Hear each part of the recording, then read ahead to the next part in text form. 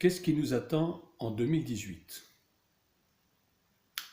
Dans notre calendrier grégorien, nous allons bientôt quitter l'année 2017, dans quelques jours, pour entrer donc dans l'année 2018. D'après le calendrier hébraïque, nous sommes aujourd'hui, à l'heure où j'enregistre cette vidéo, le 27 décembre 2017, c'est-à-dire le 14 du mois de Tevet. Actuellement, et depuis la veille au soir du 21 décembre 2017, du 21 septembre 2017, de notre calendrier donc, le peuple juif est entré dans l'année 5778. Cette année se terminera le 9 septembre 2018. Les années commencent toujours en septembre.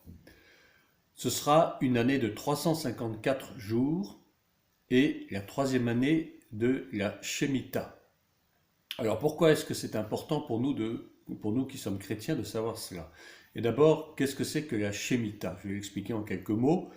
Shemitah en hébreu, ça veut dire rémission. C'est une année sabbatique qui est définie par la Torah, donc par la loi juive, concernant l'agriculture. En effet, selon les prescriptions divines, tous les 7 ans, les agriculteurs juifs doivent observer une année de jachère, c'est-à-dire une année de repos pour la terre. On ne doit rien cultiver du tout, on doit laisser la terre se reposer. C'est tout à fait à l'image du Shabbat, du 7e jour où Dieu s'est reposé de ses œuvres, donc de la création. On trouve cette prescription donc dans le livre du Lévitique, que je vais vous lire maintenant, en Lévitique 25, verset 4. Mais la 7e année sera un sabbat. C'est l'Éternel qui parle à Moïse. Mais la 7e année sera un sabbat, un temps de repos pour la terre, un sabbat en l'honneur de l'Éternel. Tu n'ensemenceras point ton champ et tu ne tailleras point ta vigne. Cette rémission ne concernait pas seulement les champs ou la vigne, mais concerne également les dettes en argent ou les dettes quelles qu'elles soient. Et nous lisons cela en Deutéronome au chapitre 15, versets 1 à 2. Tous les 7 ans, tu feras relâche. Et voici comment s'observera la relâche. Quand on aura publié la relâche en l'honneur de l'Éternel, tout créancier qui aura fait un prêt à son prochain se relâchera de son droit. Il ne pressera pas son prochain et son frère pour le paiement de sa dette. En fait, donc, la date de la rémission des dettes tombe en même temps que la fête des tabernacles, celle que les Juifs appellent Sukkot. Et je ferai remarquer en passant que cette loi, comme beaucoup d'autres d'ailleurs, pour ne pas dire la plupart ou toutes, n'est absolument pas appliquée par les chrétiens, qui non seulement n'annulent que très rarement les dettes envers leurs prochains, mais pire encore, leur font souvent payer des intérêts, souvent énormes, qui vont parfois jusqu'au double des sommes empruntées. Je ne parle pas non plus des banques européennes qui, bien entendu, n'appliquent pas du tout cette loi. Il n'y a aucune relâche chez les créanciers dans notre monde occidental. En Deutéronome 31, verset 10, il est dit que tous les 7 ans, à l'époque de l'année de la relâche, à la fête des tabernacles, quand tout Israël viendra se présenter devant l'Éternel ton Dieu, dans le lieu qu'il choisira, tu liras cette loi devant tout Israël en leur présence. Avec la récente déclaration du président Donald Trump, affirmant que Jérusalem était bien la capitale d'Israël, et non en partie seulement, celui-ci a bouleversé le monde entier qui, faut-il le dire, est à 90% opposé à cette seule pensée, sans compter bien sûr sur la colère du monde arabe, qui de fait a déclaré la guerre aux États-Unis et au président Trump en particulier. Pour nous chrétiens, nous ne devrions pas être étonnés outre mesure, mais au contraire nous réjouir de cette situation et surtout ne pas nous effrayer des épouvantails qui se dressent à l'encontre de cette déclaration qui est pour le moins historique. En effet, cette déclaration va tout à fait dans le sens des prophéties bibliques qui la confirment. Si je lis Zacharie chapitre 12 verset 3, il est dit effectivement « En ce jour-là, je ferai de Jérusalem une pierre pesante pour tous les peuples. Tous ceux qui la soulèveront seront meurtris, et toutes les nations de la terre s'assembleront contre elle. Et c'est exactement ce que nous sommes en train de constater. Le monde entier est ligué contre Israël. Jésus nous dit en Jean 4, verset 24, le salut vient des Juifs. Pourquoi est-ce que je dis cela?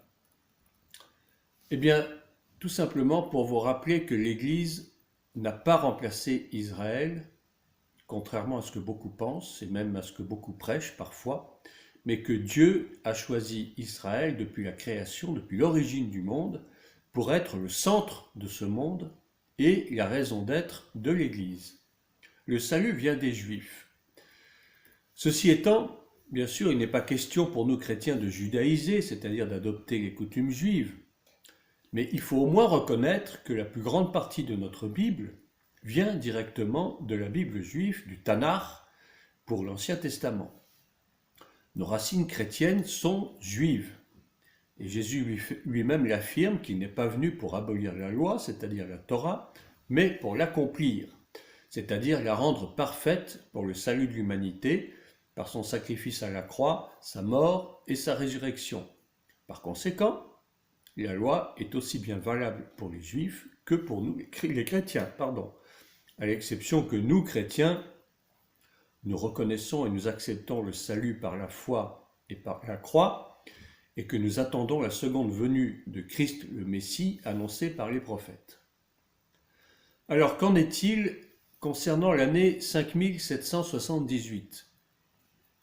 Eh bien, sans pour autant tomber dans la numérologie, mais sachant quand même que la Bible est remplie de chiffres et de nombres ayant des significations bien précises, additionnons par curiosité les 4 chiffres qui forment donc 5778, le 5, le 7 et le 8, ce qui nous donne 12 plus 15, si on divise 5 plus 7 d'un côté et 7 plus 8 de l'autre côté, et 12 plus 15, ça nous donne, plus 15, ça donne 27, c'est-à-dire 3 fois 9. Et si l'on réduit encore, on arrive à 9.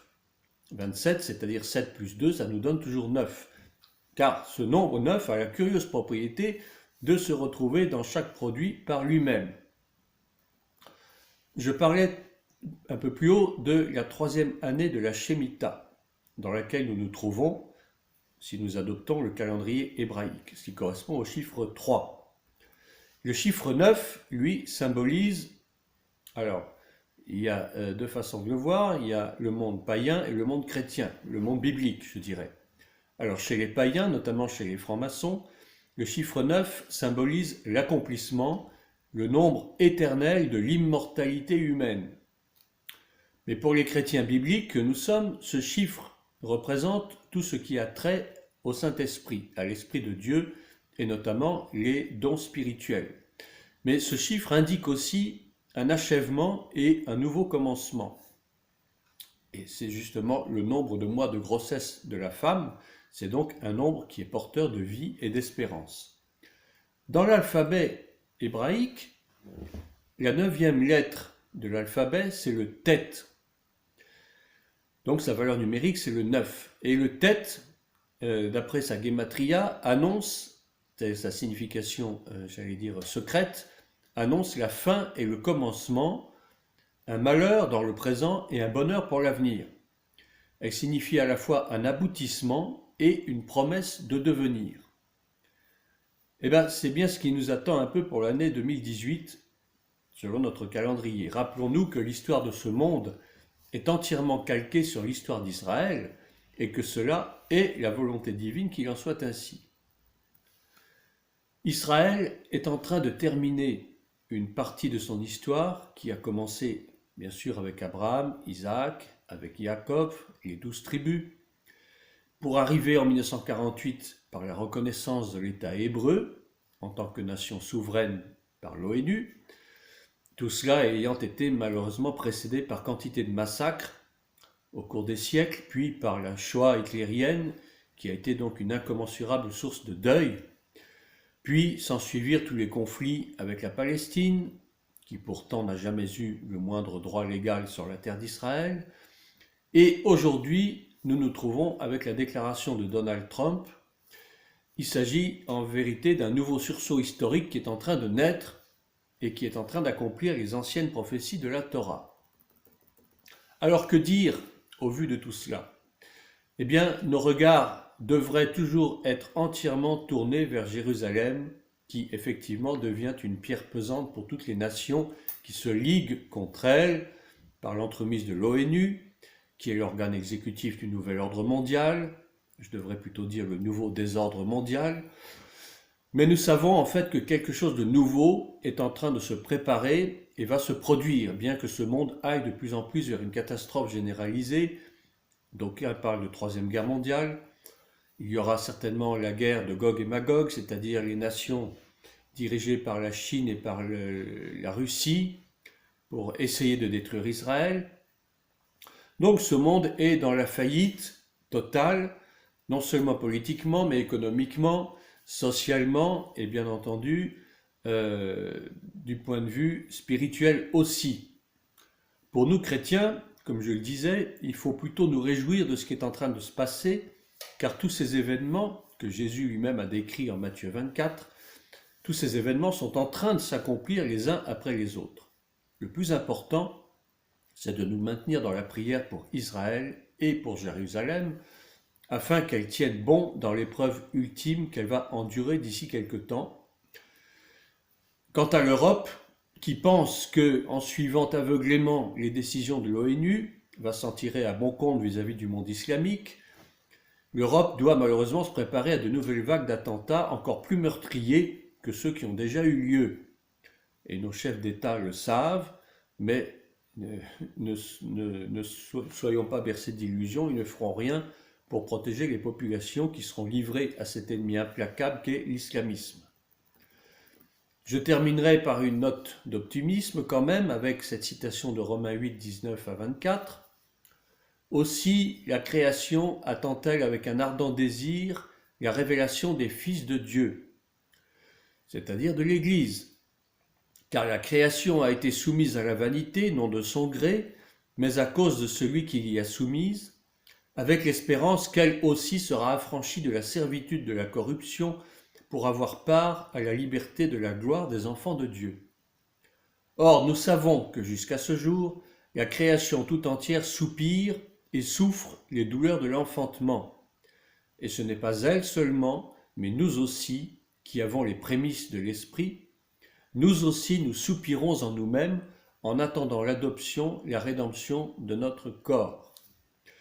Eh bien, en conclusion, je dirais que, effectivement, les événements qui se préparent, ce sont évidemment ceux qui sont prédits par les prophéties bibliques, que nous savons que les temps sont proches où Jésus, Yeshua, doit revenir sur cette terre, que aura lieu aussi l'enlèvement de l'Église, dont la date n'est pas précisée, bien que certains avancent des pronostics, qu'il y aura cette grande tribulation de cette année, mais nous savons au fond de nous-mêmes que nous devons être remplis d'espérance au vu de ces événements, aussi catastrophiques semble-t-il être, parce que, effectivement, nous attendons quelque chose d'extraordinaire, nous attendons quelque chose de nouveau pour nous, c'est-à-dire l'avènement de notre Sauveur et Seigneur Yeshua Mashiach, le Messie, qui est aussi attendu par Israël. Malheureusement, ce n'est pas exactement le même Messie qu'ils attendent. Mais ça, évidemment, c'est pas facile de le faire comprendre. Mais en attendant, nous devons garder nos yeux fixés sur Israël, nous devons prier pour Israël, nous devons prier pour les dirigeants d'Israël. N'oublions pas que nos racines sont juives et que tout ce que nous devons en tant que foi chrétienne, nous le devons en grande partie à la foi juive. Voilà, j'espère avoir été un peu clair sur ces choses et à bientôt pour une prochaine vidéo. Soyez bénis.